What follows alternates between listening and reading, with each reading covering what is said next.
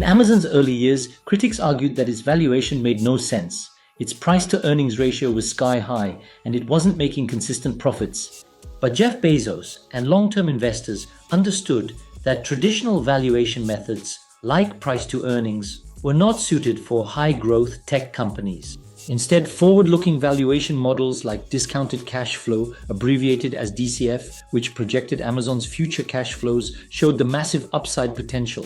This perspective helped early investors stick with the company and reap exponential returns over time.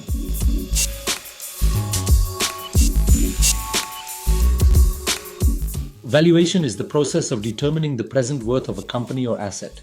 It helps investors decide whether a stock is overvalued, undervalued, or fairly priced relative to its fundamentals.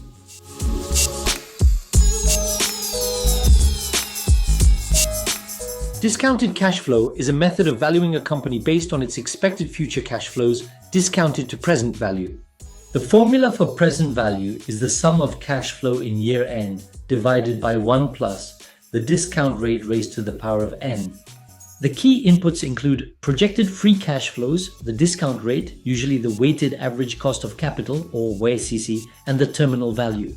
The strength of DCF lies in its strong theoretical foundation. However, its weakness is that it is highly sensitive to assumptions.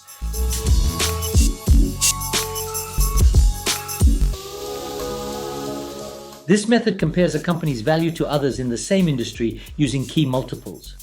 The price-to-earnings ratio is calculated as price divided by earnings. The enterprise value to EBITDA ratio is calculated as enterprise value divided by EBITDA. The price-to-book ratio is calculated as price divided by book value. The price-to-sales ratio is calculated as price divided by sales. This approach provides a quick way to see how a company stacks up against peers.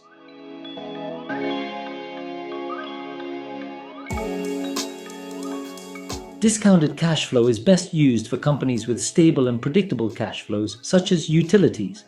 Multiples are more appropriate for high-growth or cyclical companies where forecasting cash flows is harder. Technology startups may not yet have earnings, so revenue-based multiples like price to sales are more relevant.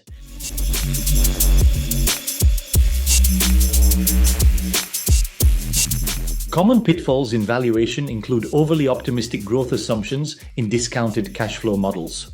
Another mistake is comparing companies with vastly different business models.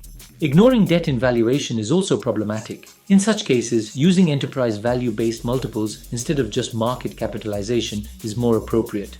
Additionally, forgetting the impact of macroeconomic conditions, such as the influence of interest rates on discount rates, can lead to inaccurate conclusions.